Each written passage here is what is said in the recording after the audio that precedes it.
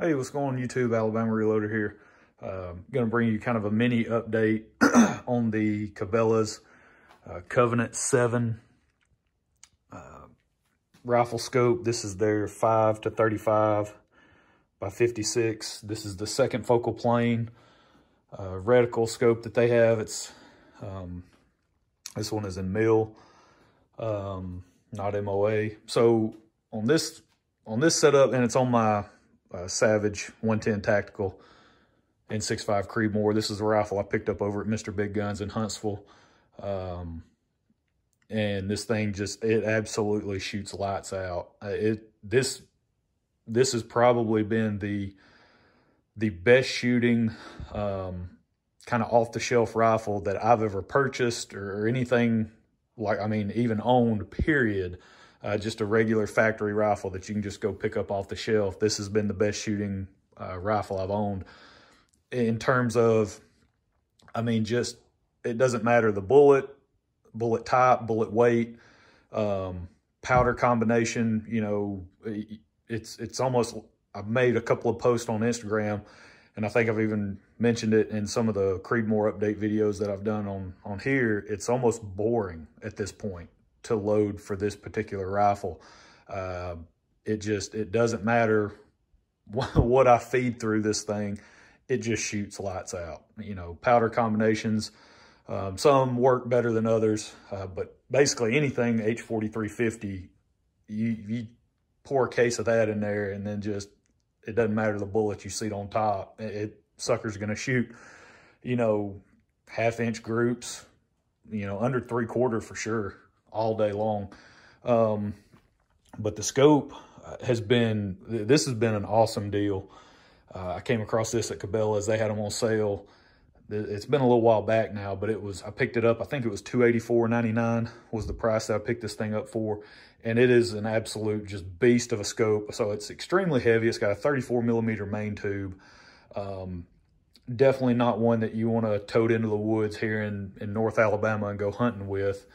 Again, the shots that we take are relatively close. So this is definitely not a setup that I would take into the woods generally, but I did.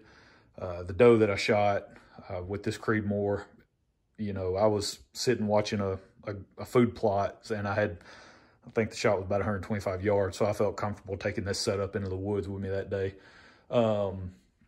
But when I did, so I shot the doe, and this happened, the incident that I'm going to talk about actually happened that day.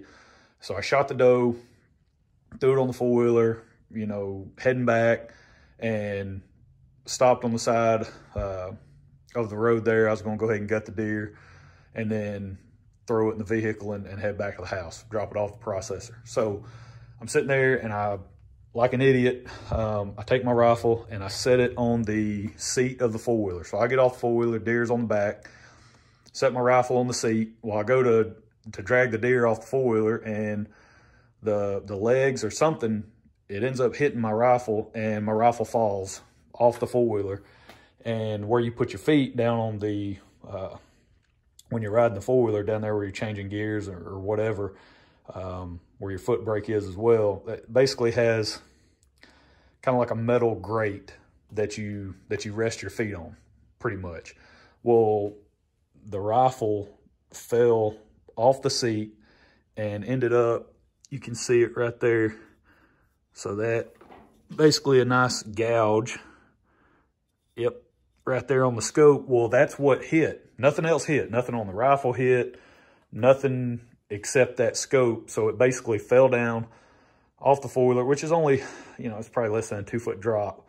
But that's what hit. That's what impacted. It was direct, you know, all the force was directly onto the scope. And I was like, you got to be kidding me. I mean, I had the thing zeroed, had it exactly where I wanted it. I had already, you know, adjusted, basically zeroed my turrets. And so, you know, at that point, it's just kind of frustrating, because then obviously you need to go check your zero, right? You gotta, because at that point now I can't go back into the woods feeling 100% confident that, like, hey, my hunting load's going to be on now. That's not that far of a fall. But for all of the force to go directly onto the scope, and nothing else, you know, nothing broke the fall except for the scope. So I was just really concerned. Plus, with this being a, you know, sub $300 scope, I just wasn't confident in its ability to hold zero. And man, was I proven wrong.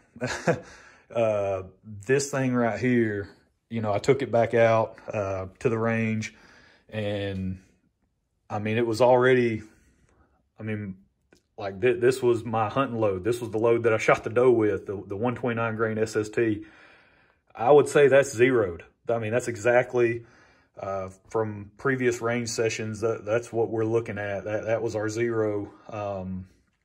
And so I couldn't have been happier. You know, like this was so what I did here, this target's kind of a mess, but so this is the 139 grain open tip match, Lapua open tip match bullets that I loaded up. This is with 43 grains of N555.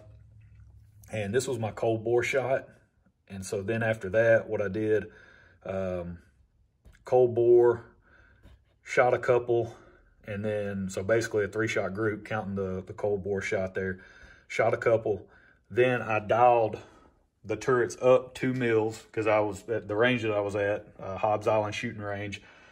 It goes out to 380. So this was at 100 yards. So I put cold bore 2 shots at 100 yards, and then dialed up 2 mils, which actually didn't have to dial that much.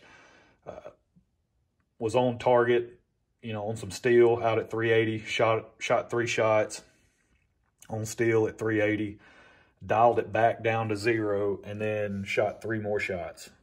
And so that's what that group looks like. So this is a 6-shot group here. Excuse me. Yeah, this is a 6-shot group. Cold bore 2 shots, dial up 2 mils, shoot 3 shots, dial back down, and then another 3 shots. And that's so on top of this thing holding 0, so far it's been able, you know, it's been tracking really well. I can't ask for better performance out of this rifle. And again, not necessarily something you want to tote into the woods. It's just so heavy with that 34 millimeter main tube. It's just a beast of a scope. Definitely one that's going to be fun to utilize now that I'm a member of Hobbs Island shooting range, be able to go out there and you know, shoot steel out to 380 and just be able to run the turrets back and forth. That's going to be a lot of fun. But just couldn't be happier. So if you guys are in the market for a scope, if you're looking for something, you know, you don't want to spend a ton of money, you want something that you can throw on a rifle, especially if you're going to be using this to test your hand loads. This is a great setup, in my opinion, to test your hand loads. 35 power, you're definitely, I mean, that's a lot of magnification. You don't need that. I typically run it somewhere probably less than 25, 20 to 25, somewhere in that range.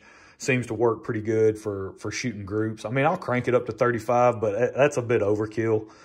Even shooting out to 380, that's just a ton of magnification. But if you're in the market for something and you're really trying to hold tight, you know, you just need a little bit more magnification. You feel like you could hold better and shoot better groups, I would highly recommend you guys check out this scope. I've had nothing but good things to say about it, and especially for the price that it was. It's just hard to beat. That's it. That was all. It's just an update. It took a decent fall, and that's more of a realistic. That's a real life scenario, in my opinion, where, you know, that might have happened to you. You rest your gun up on the 4-wheeler, all of a sudden it falls, or whatever. You rest it upside your truck, and then all of a sudden it falls, and now you're like, man, you know, crap. Now I got to go reconfirm, make sure my 0 held. And in this case, it did. I was extremely pleased. So there you go. That's it. Hope you guys have a good one. Make sure you go support Matt and those guys over at Mr. Big Guns in Huntsville. Yeah, go hit them up. They've got some reloading stuff in stock right now. Bullets, certain bullets, certain diameter bullets. If you're looking for some, I got some Sierra, Lapua, Hornady. I think they had some Barnes in stock. They've got some handgun powder, or some pistol powder, But I didn't see any rifle powder last time I was in there. I mean, they're just like everybody else, getting hit pretty hard. But just keep checking in with those guys. I believe they get shipments in every so often, so just keep checking in with them. Hopefully you'll look up and be able to hit on something. And then definitely run out to Midway Pistol out there. Go holler at Mark and Robert, and go see what all they've got going on there. I believe, talking with Robert earlier, I think they got some 223 coming in stock, factory ammo. So if you're in the market for that and you're local, run over there and pick you some up. I don't know when they're going to put it out. I don't know if they already have or not. But yeah, just check that out. So that's it. Hope you guys enjoyed it, and y'all have a good one. We'll catch you next time.